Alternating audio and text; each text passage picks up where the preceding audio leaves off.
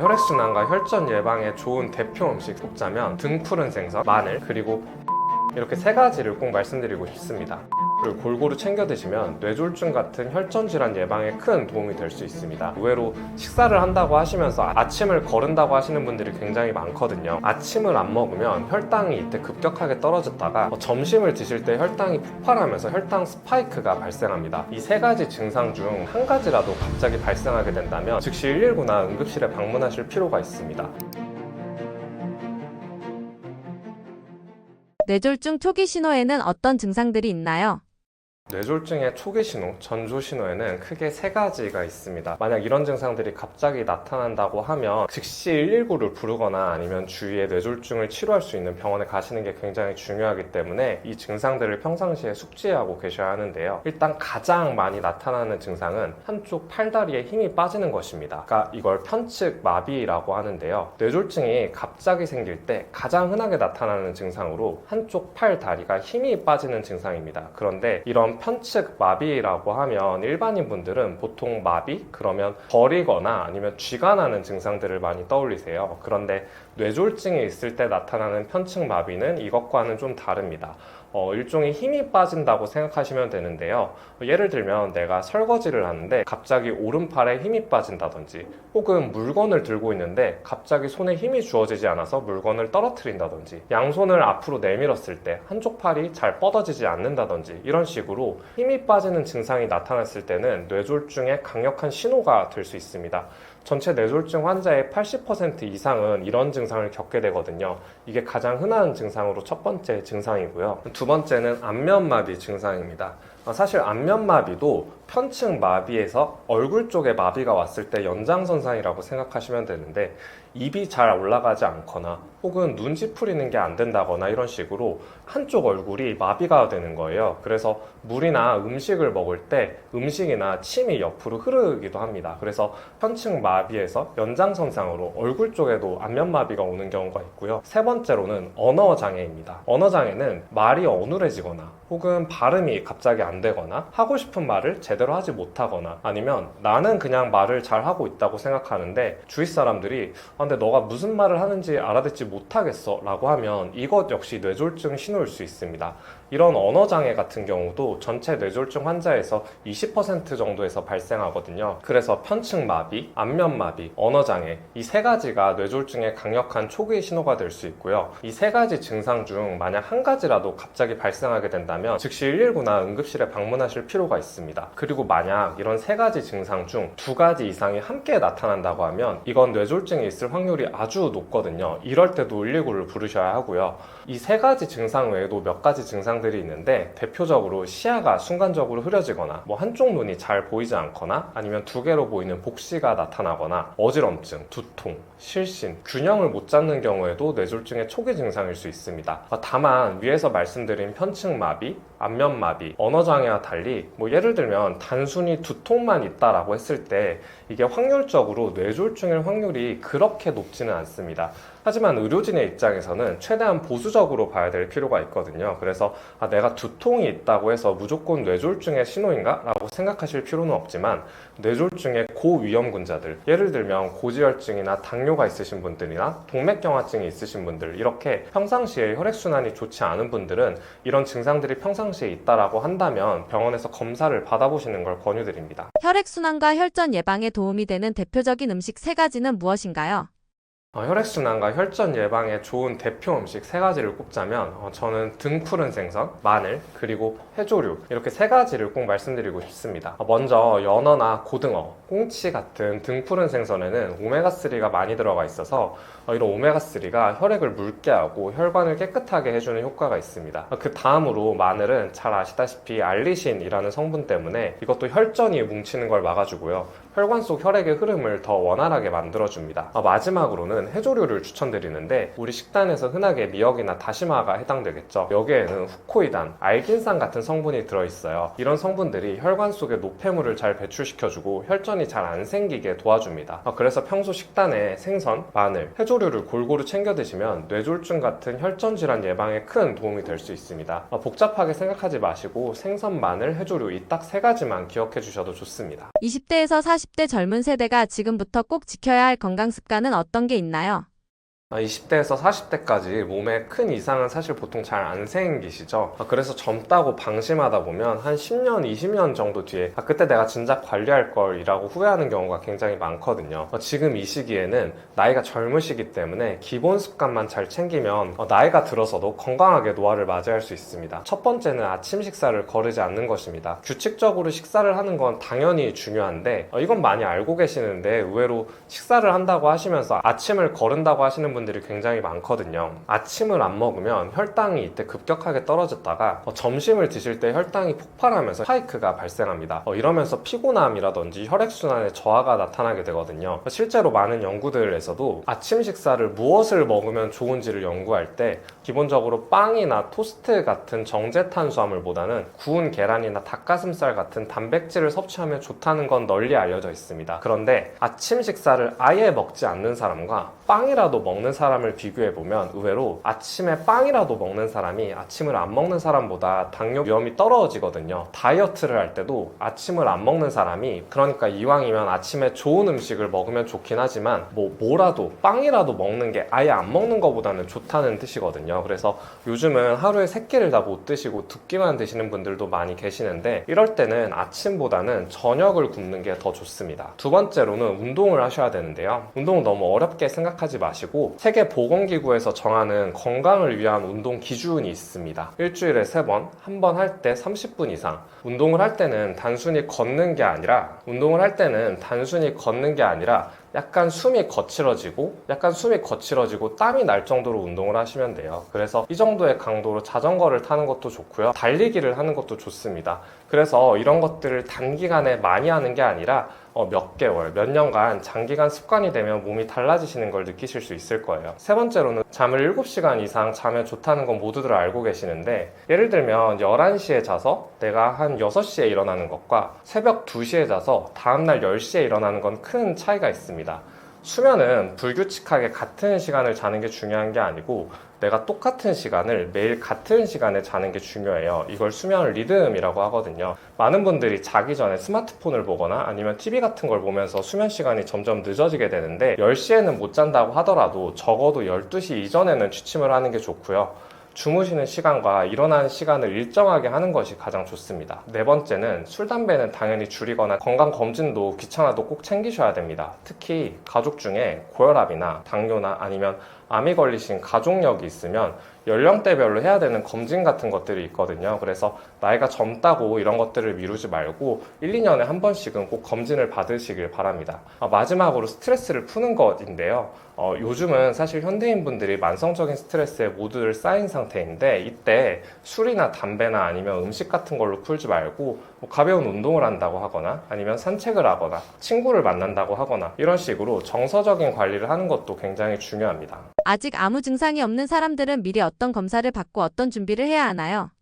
일단 첫 번째로는 아직 특별한 증상이 없는 20대에서 40대라도 건강검진을 꼭 받으시길 바랍니다. 국가에서 일단 2년에 한 번씩은 무료로 일반 건강검진을 제공하잖아요. 이때 혈압이나 혈당, 콜레스테롤, 간 기능, 신장 기능 등 기본 항목을 꼭 챙기셔야 되고요. 이 중에 가족 중에 당뇨, 고혈압, 암처럼 만성 병력이 있으시거나 아니면 평소 몸에 어떤 불편함이 있다라고 한다면 여기서 선택사항에 따라서 위내시경을 하거나 복부, 혈관 초음파, 여성분들은 자궁경부암이나 유방암, 또 남성분들 같은 경우는 40대부터 전립선 검사까지 추가로 챙겨주시면 좋습니다. 그리고 이런 검사를 할 때는 검사를 한 번 하고 그냥 끝나는 게 아니라 지난 이전에 했었던 건강검진 결과랑 지금 수치를 꼭 비교해 보시고요. 평소에 생활습관도 점검을 해보시는 게 좋습니다. 수면 부족, 또 잦은 음주나 운동 부족, 또 밤늦게 먹는 야식 같은 습관이 있으면 지금부터 하나씩 좀 바꿔가시는 게 좋고요. 스트레스나 불면, 우울감 같은 정신건강도 소홀히 하면 안 됩니다. 이 나이대에는 건강관리를 미리 하는 게 나중에 비용이나 기간을 훨씬 아낄 수 있거든요. 그래서 내가 아플 때 관리를 하는 것보다는 내가 안 아플 때 미리 정기 검진을 하고 또 생활습관 관리를 하시는 게 가장 중요합니다. 이미 뇌졸중을 겪은 분들이 다시 재발하지 않으려면 일상에서 어떤 점을 꼭 지켜야 하나요? 뇌졸중은 한 번 겪고 나서 끝나는 게 아니고요. 많은 분들이 뇌졸중이 한 번 생기고 나면 재발하는 경우가 굉장히 많아서 이게 한 번 끝난 뒤에도 평상시에 관리를 하는 게 굉장히 중요합니다. 첫 번째로는 우선 규칙적으로 운동을 해야 됩니다. 일주일에 3번 정도 30분씩 숨이 조금 찰 정도로 걷기나 자전거, 수영 같은 무리한 근력 운동보다는 유산소 운동을 하는 걸 가장 권장드리고요. 두 번째로는 음식을 싱겁게 먹어야 됩니다. 한국인 분들이 짠 음식 같은 걸 많이 드시는데 이런 것들이 혈관 건강을 망치게 되고 또 뇌졸중으로 이어지게 되거든요. 그리고 또 과음과 흡연을 꼭 피하시는 게 좋고요. 피하셔야 되는 음식 중에서는 가공식품, 햄, 소시지, 버터 같은 포화지방이 많은 음식은 그냥 끊으시는 게 좋습니다. 평상시에 채소나 과일, 생선, 해조류와 같은 섬유질과 단백질, 건강한 지방이 많은 자연식품을 충분히 드시면 혈관 건강에 직접적으로 도움이 됩니다. 세 번째로는 처방받은 약을 빠짐없이 챙겨 드시는 것입니다. 특히 뇌졸중의 위험인자인 혈압 문제나 아니면 당뇨, 콜레스테롤 수치 문제가 있으신 분들은 반드시 약을 빠짐없이 챙겨 드셔야 되고 그냥 한번 검사를 하고 수치가 떨어졌다고 안심하는 게 아니라 정기적으로 병원에 방문을 해서 이 수치가 유지가 잘 되는지 계속 체크를 하셔야 됩니다. 또 마지막으로는 충분한 휴식, 또 스트레스 받는 습관을 최소화하는 것도 중요하고요. 특히 수면과 관련해서 수면 무호흡증이나 수면 장애가 있으신 분들은 이에 관련해서도 진료를 보시는 게 재발률을 낮추는 데 큰 도움이 됩니다. 그래서 뇌졸중은 그냥 한 가지 방법이 아니라 이런 작은 실천 여러 가지가 모여서 재발 위험을 많이 줄일 수 있습니다. 그냥 약만 먹고 수치가 떨어져서 안심하거나 한번 뇌졸중으로 인해서 입원을 했다가 퇴원하고 나서 안심하거나 이런 것들이 아니라 운동, 식습관, 약물 복용, 정기 검진 이런 4가지 요소를 생활 속에서 평상시에 챙기셔야 되고 한번 내가 뇌졸중을 겪었다고 너무 불안해하실 필요는 없고 이걸 조금씩 꾸준히 장기간 관리해 나가는 게 가장 좋은 방법이라고 생각하시면 됩니다. 영양제 많이 먹을수록 좋다고 하는 사람들이 있습니다. 어떻게 생각하시나요? 일단 당연하게도 영양제를 무조건 많이 먹는다고 해서 건강이 좋아지는 것은 아닙니다. 오히려 영양제를 너무 많이 먹어서 문제가 생기는 경우도 많거든요. 일단 기본적으로 알고 있어야 되는 건 저도 영양제를 먹지만 영양제는 식단을 우선 먼저 하고 나서 부족한 것을 챙겨 먹는 것입니다. 이렇게 하는 이유는 어떤 똑같은 영양소가 있다고 했을 때 비타민 C라고 하면 이 비타민 C를 과일이나 채소로 섭취했을 때와 이걸 영양제 단일 성분으로 만들어서 섭취했을 때는 효과가 다른 경우가 많거든요. 많은 연구들에서 밝혀져 있습니다.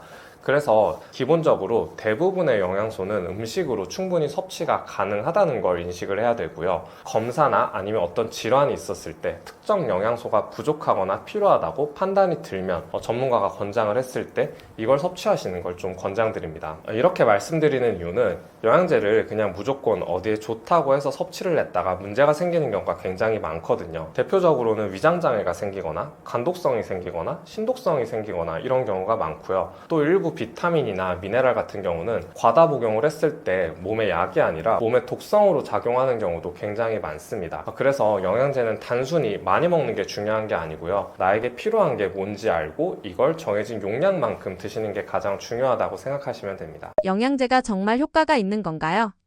영양제가 정말 효과가 있냐는 질문에는 이게 경우에 따라 다르다라고 말씀드릴 수 있습니다. 특정 영양소가 결핍된 사람이 그 부족분을 채우기 위해 영양제를 먹으면 그건 효과가 있는 약과 같습니다. 예를 들면 음식만으로 충분히 섭취하기 힘든 비타민 D 혹은 철분이 부족한 분들이 이런 비타민 D나 철분 영양제를 쓰면 피로감, 면역력 개선 등에 당연히 도움이 될 수 있죠. 하지만 모든 분들에게 이런 영양제가 필요한 것은 아닙니다. 예를 들면 내가 이미 균형 잡힌 식사를 잘 하고 있고 아니면 영양적으로 특별한 결핍이 없는 건강한 분들한테는 영양제를 추가로 먹어도 사실 건강해지는 효과는 거의 없거나 미미합니다. 그러면 환자분들이 저는 이걸 먹었을 때 더 좋은 느낌이 나는데요? 라고 하시는 분들도 있는데 그런 경우에 사실은 그런 경우에 상당수가 플라시보 효과인 경우가 많고요. 그 뜻은 이 영양제를 먹어서가 아니라 그냥 영양제를 먹었을 때 건강해질 것이다 라고 하는 믿음 때문에 내가 몸이 좋아진다고 느끼는 거거든요. 그래서 가끔은 사실 먹었을 때 특별히 이걸 먹는다고 해서 몸에 부작용이 없는 영양제들은 먹어서 좋다고 하시는 환자분들한테 그냥 드시라고 말씀드리기도 합니다. 그런데 조심해야 되는 건 비타민 A와 같은 특히 이런 지용성 비타민들이 문제가 되는데 과하게 먹으면 먹으면 문제가 되는 영양제들이 분명히 있거든요. 이런 것들은 간 기능이나 신장 기능을 떨어뜨리기도 하고 특정 사람들이 먹었을 때 고용량으로 복용을 하면 암 발생을 유발하는 케이스까지 있습니다. 그래서 결론적으로 영양제는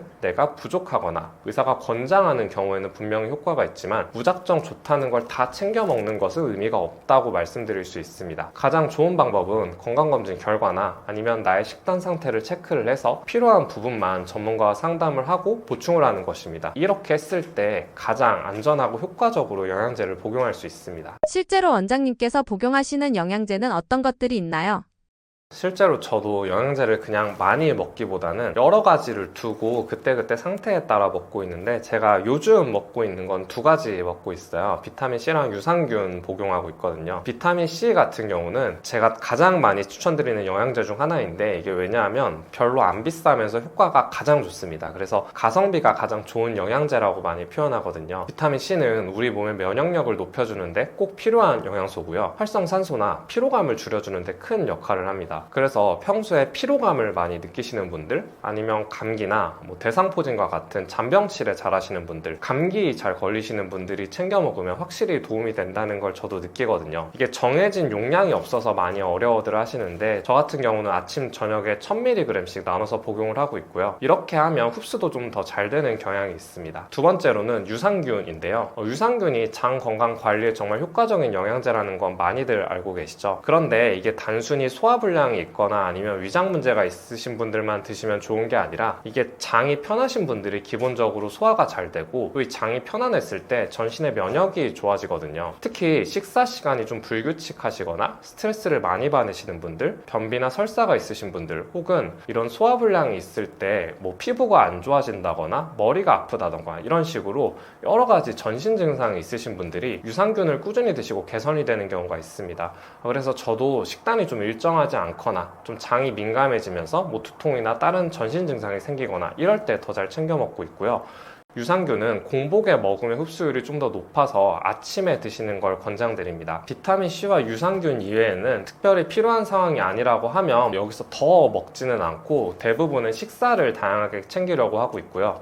제가 경험적으로 봤을 때 기본적인 건강관리에는 이 두 가지로도 충분한 효과를 볼 수 있다고 생각합니다. 그런데 만약에 이게 사람마다 사실 맞는 영양제나 필요한 영양제는 다를 수 있거든요. 그래서 영양제 선택에 대해서 좀 고민이 되시거나 아니면 내 몸이나 아니면 내가 이런 질환을 가지고 있는데 어떤 영양제가 필요한지 궁금하신 분들을 위해서 저는 환자분들께 맞춤형 영양제 상담도 하고 있거든요. 그래서 영양제를 고를 때는 건강 상태와 생활 습관을 먼저 꼼꼼하게 살펴보고 그 다음 의료진 상담을 통해서 정말 내 몸에 필요한 영양제가 뭔지 찾아드리고 있습니다. 나에게 맞는 영양제를 고르려면 어떤 기준으로 선택해야 하나요? 영양제를 제대로 고르려면 우선 건강검진 결과나 평소 식사 습관부터 꼭 체크해 보시는 게 좋습니다. 비타민 D나 철분, 엽산, 비타민 B처럼 어느 영양소가 부족한지 실제 혈액검사나 아니면 식단에서 확인을 할 수 있거든요. 예를 들면 내가 채소나 과일 섭취가 부족하신 분들은 비타민을 챙겨 드시는 게 좋습니다. 비타민 C나 비타민 B. 만약 채소나 과일 섭취가 부족하신 분들은 비타민 C를 섭취하시는 게 좋고요. 또 여러 가지 미네랄 제품도 도움이 될 수 있습니다. 그 다음으로는 이게 영양제마다 명확한 목적이나 효과가 다르거든요. 그런데 시중에서 영양제를 구입할 때는 어떤 걸 먹으면 무릎에 좋은 영양제다 혹은 어떤 걸 먹으면 뇌 건강에 좋은 영양제다 이런 식으로 단순한 광고나 주변 추천에만 의존하지 말고 내 몸에 이 영양제가 왜 필요한지 먼저 생각해 보시길 권합니다. 예를 들면 명확하게 유산균은 장 건강에 좋고요. 피곤함을 해소하는 데는 비타민 C나 비타민 B군을 드시는 게 좋고요. 또 골다공증이 있거나 뼈 건강을 걱정하시는 분들은 칼슘, 비타민 D를 드시는 게 좋겠죠. 이런 식으로 목적에 맞게끔 영양제를 드셔야 효과를 볼 수 있습니다. 마지막으로는 질환이 있으신 분들은 좀 주의하실 필요가 있어요. 연세가 좀 있으셔서 당뇨나 고혈압, 신장질환, 간질환과 같이 이렇게 만성질환이 있으신 분들은 어떤 영양제를 먹었을 때 기존에 드시는 약이랑 상호작용이 나타날 수 있거든요. 그래서 이때는 그냥 좋다는 걸 무조건 드시지 마시고 의사 선생님이나 약사 선생님 등 전문가와 꼭 상의를 해서 이걸 같이 먹었을 때 부작용이 있는지 혹은 상호작용 위험은 없는지 체크를 해야 안전하게 드실 수 있습니다. 그래서 결국은 나에게 부족하거나 필요한 영양소가 무엇인지 먼저 확인을 하고요. 내 상황과 목적에 맞게끔 영양제를 골라야 한다는 점 점이 가장 중요합니다. 술이나 담배를 자주 하시는 분들은 어떤 영양제를 챙겨 드시면 도움이 되나요? 일단 음주나 흡연을 하시는 분들은 음주나 흡연을 사실 안 하시는 게 가장 좋겠죠. 그런데 이게 현실적으로 바로 끊는 게 굉장히 좀 어려우신데, 술이나 담배를 자주 하시는 분들은 몸에서 비타민 B군이 빨리 소모되는 편이거든요. 그래서 기본적으로는 이 두 가지를 꼭 챙겨 드시는 게 좋고요. 비타민 C는 활성산소를 없애주고 몸에 독소가 쌓이는 걸 줄여줘서 특히 흡연하시는 분들이 몸 안에 활성산소가 많이 쌓입니다. 그래서 일반인보다 더 많은 비타민 C가 필요한 경우가 많아서 하루에 권장량보다는 더 많이 드시는 게 좋습니다. 비타민 B군 같은 경우는 피로 회복이라던가 간 건강, 또 신경 보호에 꼭 중요한 영양소인데, 술, 담배를 많이 하시는 분들은 이게 그만큼 부족해지니까 이건 복합 비타민 B제를 드시면 많이 도움이 되시고요. 추가적으로는 술을 자주 마시는 분들은 마그네슘도 챙겨 드시면 좋습니다. 마그네슘 같은 경우는 근육 경련이나 피로감, 신경 안정에 도움이 되고요. 반대로 흡연자분들은 좀 주의를 하실 필요가 있는데, 베타카로틴처럼 비타민 A 전구체나 아니면 눈에 좋다고 알려진 루테인 같은 성분들을 과하게 먹었을 때 오히려 흡연자분들의 경우는 폐암 위험이 높아진다는 연구가 있습니다. 그래서 이런 영양제는 그냥 드시지 않는 걸 권유드리고요. 정리를 하면 술, 담배를 자주 하실 땐 비타민 C, 비타민 B군, 마그네슘이 도움이 되고요. 무작정 많이 영양제를 드시는 것보다는 특히 흡연자분들 같은 경우는 비타민 A 같은 것들을 피하셔야 됩니다. 피로와 스트레스를 줄이기 위해 영양제 외에 일상에서 꼭 실천해야 할 방법은 무엇인가요? 일단 첫 번째로는 잠을 많이 주무시는 게 중요하고요. 하루에 7시간 정도는 주무시라고 권유를 많이 드리는데, 이게 성인 기준으로 했을 때 7시간 이상 자는 사람과 7시간을 못 자는 사람들의 평균 수명 차이가 엄청나게 많이 나거든요. 그래서 내가 아무리 잠을 못 자도 7시간 정도는 규칙적으로 숙면을 취해주시면 이런 것들로 인해서 몸과 마음도 더 회복이 빠르고 스트레스 회복에도 도움이 됩니다. 두 번째로는 규칙적인 운동을 하시는 건데요. 굳이 헬스장에 가거나 거창한 운동을 하기보다는 그냥 매일 꾸준히 20-30분 정도 산책을 하거나 동네를 천천히 걷기만 해도 피로감도 줄고 정신적으로도 훨씬 개운해집니다. 세 번째로는 물을 많이 드시는 건데요. 요즘은 커피나 아니면 다른 음료 같은 것들을 드시는 경우가 굉장히 많은데, 이건 똑같은 액체지만 사실 수분 공급을 해주지는 않거든요. 그래서 많은 현대인분들이 만성 탈수 상태에 있는 경우가 많습니다. 기본적으로 하루에 1리터에서 2리터 정도 한 번에 다 드시지 마시고 한 500ml 정도를 나눠서 하루에 틈틈이 드시는 걸 권유드리고요.